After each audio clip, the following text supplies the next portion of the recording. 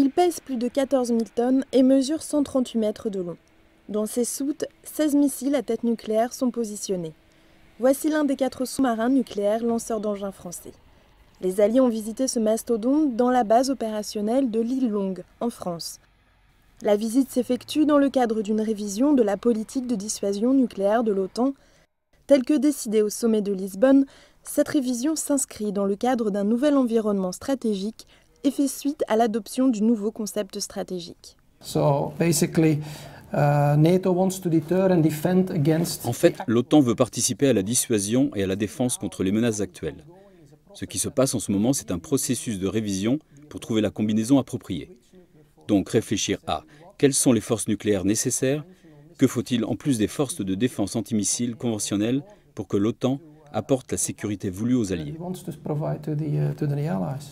La France a une position particulière au sein de l'OTAN. Elle ne participe pas à la planification nucléaire intégrée, mais contribue à la sécurité des Alliés et à la dissuasion globale. Elle sert à s'assurer que tout adversaire potentiel sait que s'il s'en prenait à nos intérêts vitaux, il subirait des dommages inacceptables.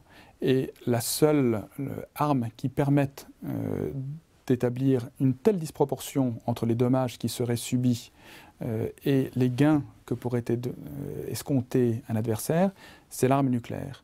Ce que nous souhaitions, c'était montrer aux représentants permanents, montrer à l'ensemble des alliés la dissuasion au quotidien, si je puis dire. C'est-à-dire que la dissuasion, c'est un concept à la fois très simple et très puissant, mais ce concept n'est rien si il n'est pas appuyé, mis en œuvre par des hommes et des femmes qui ont fait de la dissuasion un engagement au quotidien, et surtout s'il n'est pas soutenu par des moyens opérationnels. La France modernise son arsenal. Le missile M51 remplacera progressivement le missile M45. Les performances du M51 sont améliorées par rapport au M45. Moderniser notre outil de dissuasion, c'est d'abord et avant tout lui conserver sa capacité. C'est-à-dire ne pas découvrir un jour que nous serons technologiquement dépassés et que nous ne saurons plus, par exemple, pénétrer des défenses antimissiles adverses avec nos missiles balistiques porteurs d'armes nucléaires. Équipés de ces missiles, les sous-marins se relaient pour des patrouilles de 2 mois et demi. Ils se diluent dans les mers avec à leur bord 110 membres d'équipage. Ces hommes sont formés et se tiennent prêts à tirer sur ordre du chef d'État français. C'est à peu près le seul ordre que peut recevoir le sous-marin pendant la patrouille.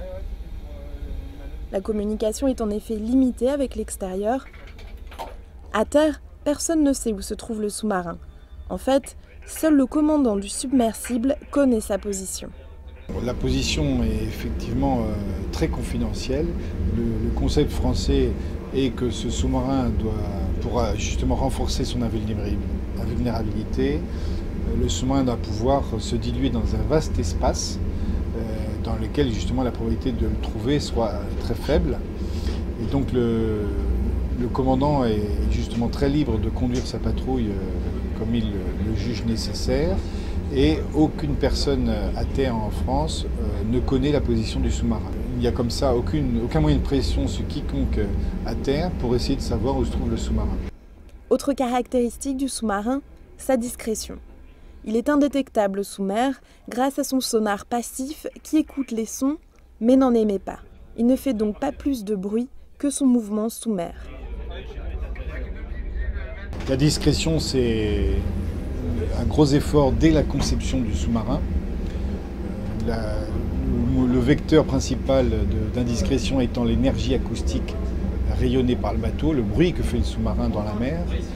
Dès la conception, le constructeur s'est acharné à essayer de diminuer le bruit que va rayonner le sous-marin dans l'eau.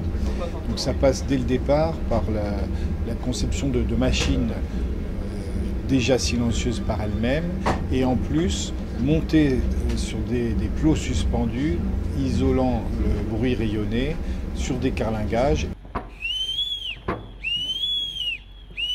Les Alliés se sont familiarisés avec l'expérience française, une expérience qui nourrira un rapport sur la dissuasion nucléaire en vue du prochain sommet de l'OTAN en 2012. L'équipage, lui, s'apprête à passer plus de 2 mois dans ce sous-marin invisible, silencieux, prêt à activer l'arme la plus puissante et la plus meurtrière du monde. Mais les hommes restent sereins, car la vocation première de l'arme nucléaire est bien dans la dissuasion et non dans son utilisation. Laetitia Chadonna à l'île Longue pour NATO Channel.